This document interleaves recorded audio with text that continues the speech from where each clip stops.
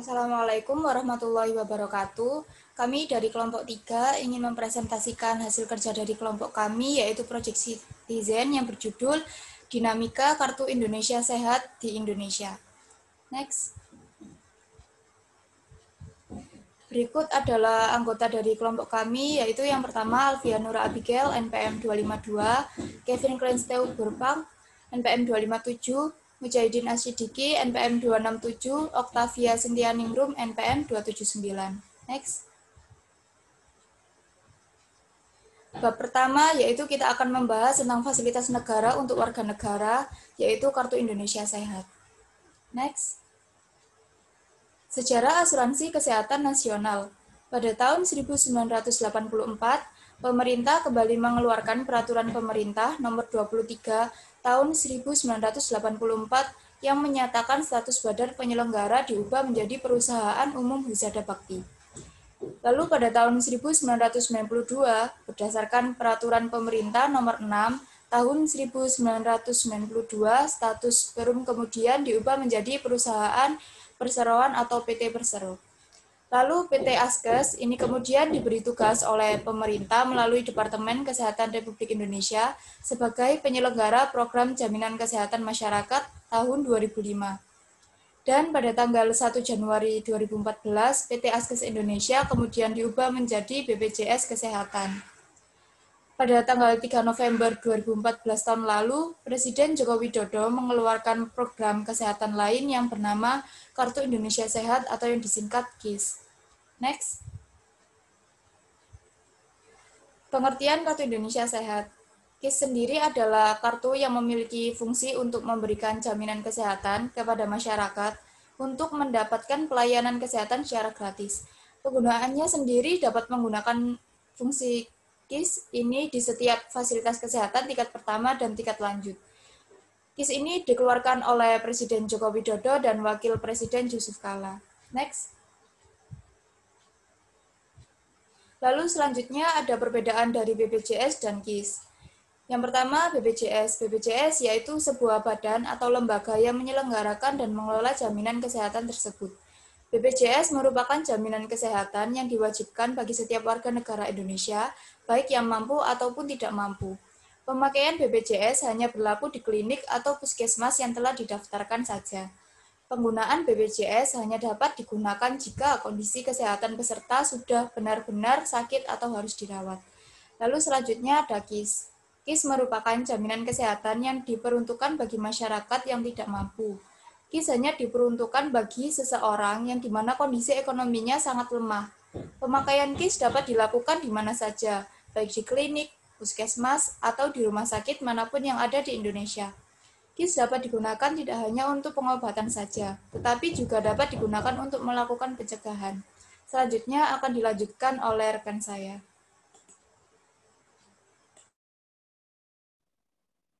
Berikutnya adalah cara membuat Kartu Indonesia Sehat. Yang pertama, kita harus memperhatikan syarat-syarat untuk pembuatan kartu KIS, yaitu antara lain yang pertama adalah merupakan golongan ekonomi yang tidak mampu dan penyandang disabilitas. Yang kedua, memiliki gangguan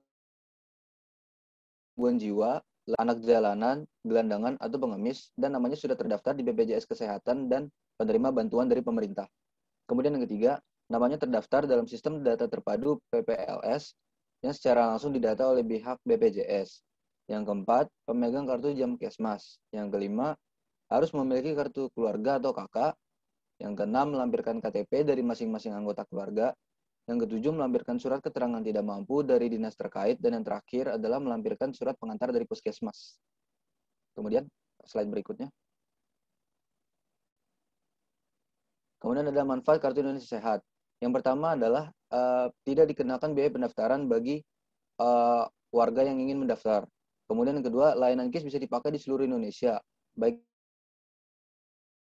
di klinik atau di rumah sakit. Dan ketiga, layanan KIS bisa dimanfaatkan untuk berobat dan pencegahan.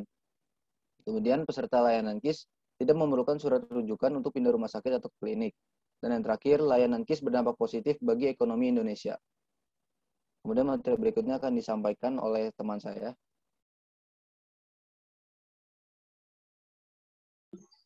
Ya, selanjutnya adalah pada feedback.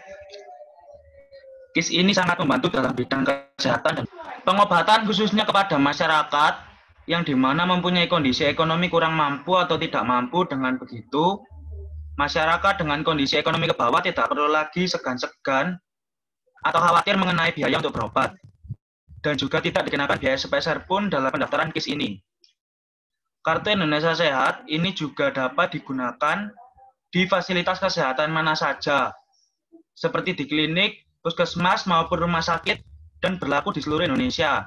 Oleh karena itu, bagi warga yang berada di pedesaan ataupun di perkampungan, juga dapat memakai KIS ini kapan saja di puskesmas atau klinik. Sehingga tidak perlu jauh-jauh untuk mencari rumah sakit untuk berobat. Next.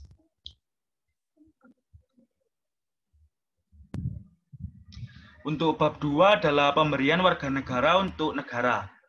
Bisa di next slide.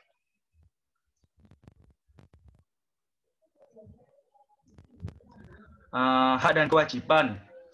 Hak dan kewajiban merupakan dua hal yang harus berjalan beriringan, tanpa saling mendahului. Kewajiban berhubungan dengan hal apa yang akan kita berikan kepada negara, untuk mengimbangi hak yang kita dapatkan dari negara. Kewajiban seringkali terbengkalai karena adanya ketimpangan dalam perolehan fasilitas yang disediakan negara. Hal ini disebabkan karena penyampaian fasilitas yang disediakan kurang merata sehingga menyebabkan adanya kesenjangan sosial yang terasa. Bentuk pemberian warga negara kepada negara dan sebaliknya sangatlah bervariasi. Bentuk kecil berupa menaati prosedur yang disediakan untuk mendapatkan fasilitas negara sudah merupakan kontribusi warga negara untuk negara. Solusi untuk mempersempit ruang terjadi kesenjangan adalah dengan memperbaiki kesadaran dan sistem yang lebih efisien. Kesadaran dari negara bahwa tiap individu memiliki hak yang sama, dan kesadaran dari individu bahwa pemerataan dalam segala hal tentu membutuhkan proses yang cukup panjang. Dengan adanya usaha untuk memperbaiki keadaan secara internal, tentu saja menimbulkan suasana yang lebih kondusif dan menciptakan stabilitas di antara keduanya. Pemberian warga negara bagi negara dapat dilihat dari berbagai aspek, misalnya pertahanan dan keamanan, penghormatan hak orang lain, serta ketaatan akan hukum dan aturan. Ketiga poin di atas menggambarkan bahwa kewajiban warga negara mempengaruhi kelangsungan aktivitas ketatanegaraan. Sementara itu, kemauan untuk berada di lajur yang benar dalam melaksanakan hukum dan aturan merupakan sumbangsi terbesar yang bisa diberikan terhadap negara. Negara mengatur seluruh komponennya dalam badan hukum dan peraturan yang mengikat. Hal ini bertujuan untuk menghasilkan kultur negara yang terorganisir dan terhubung secara struktural. Perbaikan secara berkesinambungan juga diharapkan dapat terjadi jika aturan yang berlaku dilaksanakan secara menyeluruh. Untuk slide selanjutnya akan dijelaskan oleh teman saya.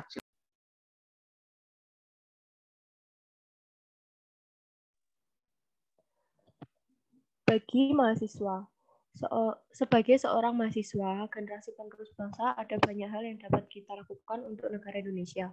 Khususnya, kita sebagai mahasiswa Universitas Pembangunan Nasional Veteran Jawa Timur, di antaranya. Yang pertama, belajar dengan giat dan mengembangkan potensi, minat, dan bakat yang kita miliki. Kita sebagai generasi muda yang berpendidikan, hendaknya belajar dengan giat dan melatih potensi yang ada pada diri kita. Hal tersebut dapat menjadi suatu kebanggaan terhadap diri sendiri dan tentunya bagi negara, serta dapat menorehkan sebuah pencapaian atau prestasi yang mendorong kita untuk semakin bersemangat dalam mencapai tujuan hidup. Yang kedua, menjadi role model atau panutan di kalangan masyarakat.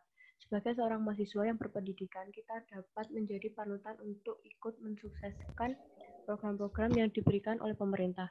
Minimnya pengetahuan masyarakat membuat tidak sedikit dari mereka memiliki salah persepsi terhadap program yang dijalankan oleh pemerintah. Hal ini memicu ketidakpercayaan masyarakat kepada pemerintah. Yang ketiga, ikut berkontribusi dengan memberikan dukungan yang positif. Dalam setiap pelayanan dan fasilitas yang diberikan pemerintah, kita sebagai mahasiswa yang aktif dan kritis hendaknya selalu memberikan dukungan yang bersifat membangun. Misalnya memberikan kritik dan saran yang positif guna keberlangsungan pelayanan yang lebih baik ke depannya. Lalu yang selanjutnya, mengembangkan pemikiran yang kritis dan inovatif. Hal tersebut tentunya sangat diperlukan dan diharapkan oleh pemerintah kepada para mahasiswa calon penerus keberlangsungan bangsa. Dengan berpikir kritis, kita dapat menemukan solusi yang dapat kita terapkan untuk memecahkan berbagai permasalahan yang ada di negara ini. Mengembangkan pemikiran kritis ini dapat kita lakukan dengan aktif mengikuti organisasi di kampus, diskusi maupun seminar online. Pemikiran kritis ini tidak akan tercipta hanya dengan melihat permasalahan yang ada, namun juga mencari solusi akan permasalahan yang dihadapi. Lalu kesimpulan, KIS adalah program yang dikeluarkan oleh Presiden Joko Widodo dan Wakil Presiden Yusuf Kala untuk membuat rakyat lebih sehat dan sejahtera. Kartu Indonesia Sehat atau KIS sendiri adalah kartu yang memiliki fungsi untuk memberikan jaminan kesehatan kepada masyarakat untuk mendapatkan pelayanan kesehatan secara gratis. Penggunanya sendiri dapat menggunakan fungsi KIS ini di setiap fasilitas kesehatan tingkat pertama dan tingkat lanjut. Dengan adanya kartu JKN KIS, tingkat kesehatan masyarakat yang ada semakin baik karena jika sakit maka mereka langsung pergi ke puskesmas, tidak lagi menunda dengan alasan tidak memiliki biaya. Lalu selanjutnya, hak dan kewajiban merupakan dua hal yang harus berjalan beriringan tanpa saling mendahului. Kewajiban berhubungan dengan hal apa yang akan kita berikan kepada negara untuk mengimbangi hak yang kita dapatkan dari negara. Kesadaran dari negara bahwa tiap individu memiliki hak yang sama. Dan kesadaran dari individu bahwa pemerataan dalam segala hal tentu membutuhkan proses yang cukup panjang. Sekian presentasi dari kelompok kami. Apabila ada salah kata kami mohon maaf. Wassalamualaikum warahmatullahi wabarakatuh.